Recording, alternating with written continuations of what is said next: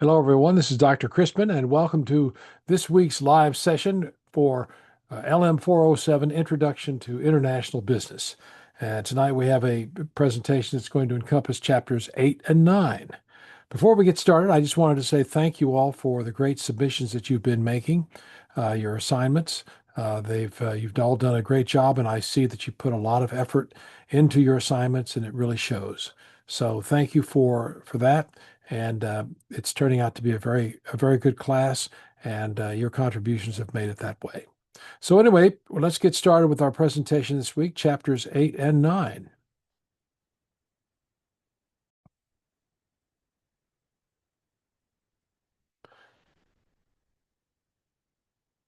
So here's today's sessions that are going to focus on how multinational enterprises, MNEs, strategize and organize to compete globally.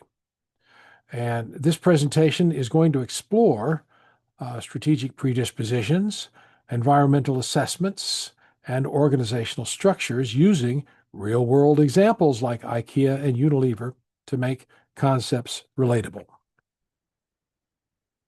So take notes if you need to. This is a recording will be made available to everyone along with the PowerPoint in the classroom. And hopefully this will be another positive learning experience for you.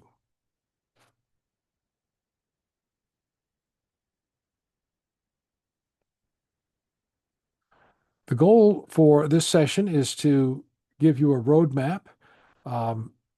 Chapter 8 focuses on how MNEs craft strategies to enter and compete in global markets, while Chapter 9 addresses how they organize operations to balance efficiently and local needs. And, also, there's an emphasis that these concepts are critical for understanding how firms like Tesla or IKEA succeed globally. So think about how these strategies would apply to businesses that you are familiar with. And here's a question for you. Can you name an MNE that operates in multiple countries? You may even work for one.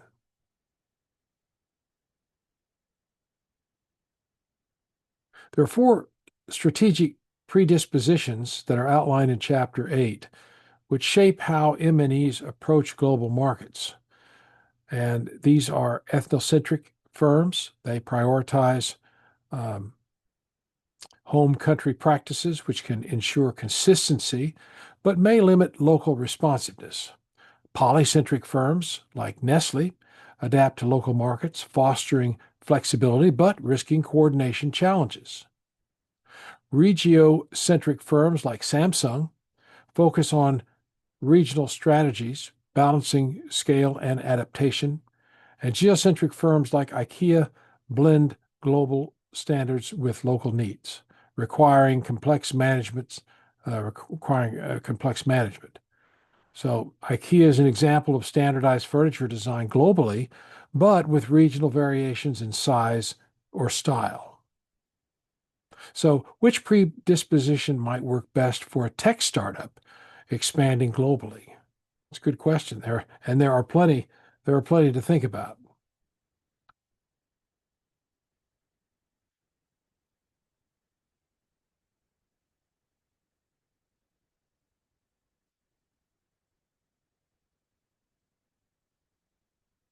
Ethnocentric strategies ensure brand consistency, but may alienate local customers, such as seen in early U.S. fast food expansions.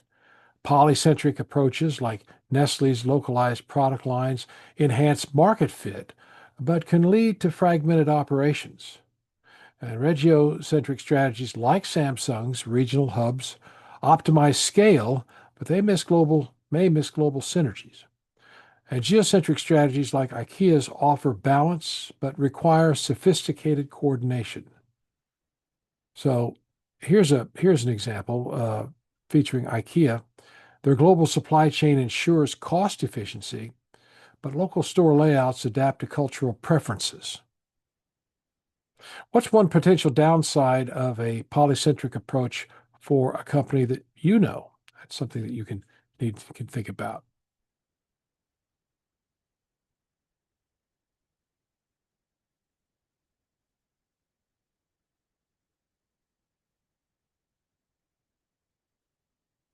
External factors include markets. Well, Chapter 8 emphasizes external and internal assessments to guide market entry and mode decisions.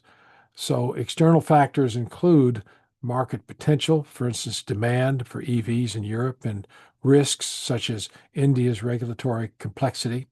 Internal factors involve capabilities like Tesla's expertise in EV technology.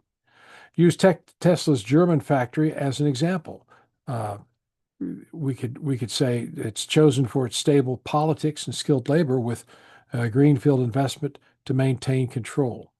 So in challenging markets like India, there are adaptations like joint ventures to navigate regulations. So here's another question. What external factor might influence an M&E's decision to enter Brazil?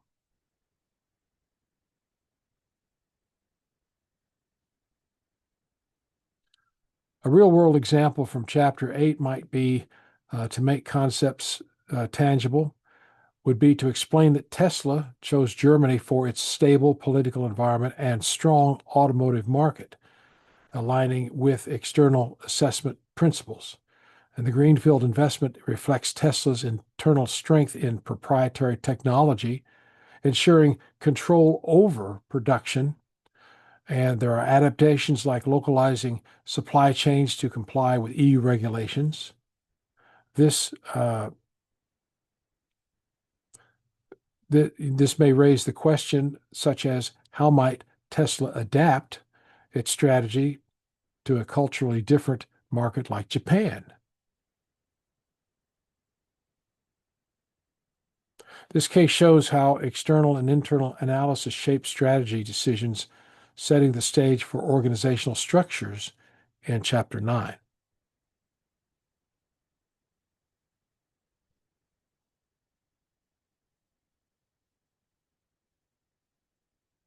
Chapter 9's focus on organizational structures to balance global integration and local responsiveness would be that early stage M&Es use international divisions for simplicity, while global product divisions like Apple's prioritize product consistency.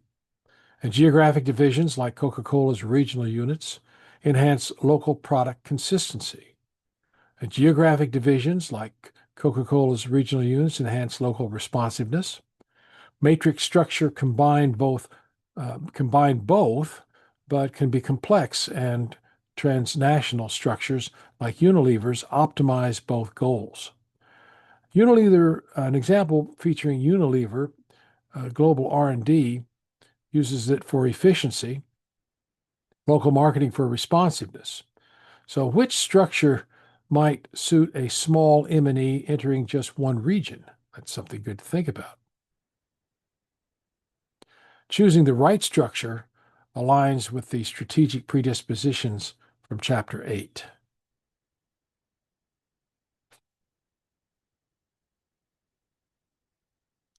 Unilever in Chapter 9 is a case study that illustrates the transnational structure. And so Unilever centralizes R&D for cost efficiency, but localizes marketing to suit cultural preferences, like Dove's campaigns tailored to Asian beauty standards.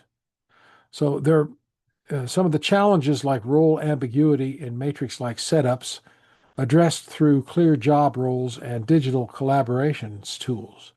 Unilever structure supports its clear job roles and digital collaboration tools. And its structure supports its geocentric strategy from Chapter 8. And you may want to consider what one challenge Unilever might face in coordinating global and local teams. And these could vary in your responses. You could encourage the application of concepts, transition to control mechanisms to show how structure and control work together. In Chapter 9, we discuss the control mechanisms to ensure strategic alignment. Output controls focus on measurable results like Unilever's sales goals. Process controls standardize operations, like manufacturing protocols for consistency. Cultural controls foster shared values throughout training, enhancing innovation. And Unilever's balanced approach to avoid over control, bureaucracy, or under control, misalignment, are important. And here's an example that Unilever's global sustainability goals, output supported by local training programs, cultural. So you might consider which control mechanisms might be most effective for a tech M&E like Google.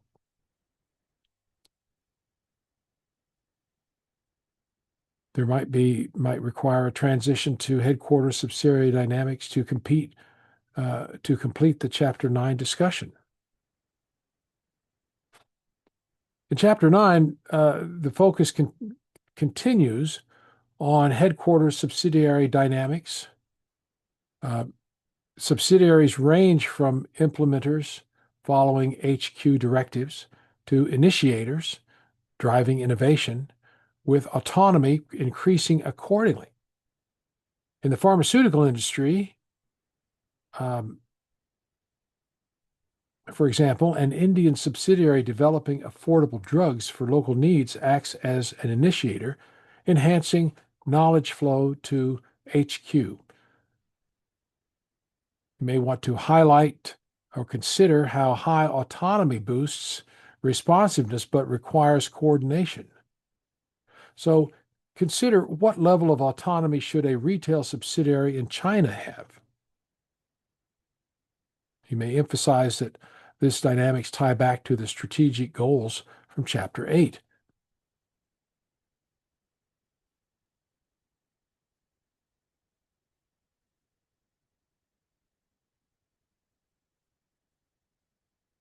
Here are two questions that you may want to consider to connect Chapter 8 and 9 concepts. The first question is, consider IKEA's geocentric balance, suggesting adaptations like local partnerships in unstable markets.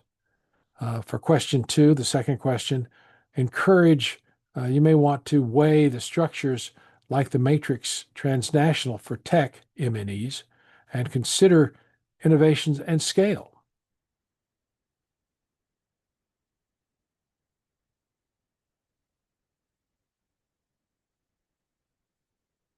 A couple of things to consider. So, if this would be the opportunity to ask any questions, and if you have any after viewing this recording, please reach out, and I'll be happy to respond and work through those. In the meantime, thank you for continuing to submit your assignments. Again, you've been doing a great job, and I just encourage you to keep it up. International business is a very exciting and interesting course because it involves everyone, everywhere, all the time. And in order to stay ahead of all of that, then it's important that we understand the various requirements it takes for M&Es to effectively compete in the international business arena. So thank you all for your cooperation and watching this recording. And again, if you have any questions or comments, I'm always there available to you. Again, thank you for submitting the great work that you're doing. And remember, I'll see you in class. Good night, everybody. Stay safe.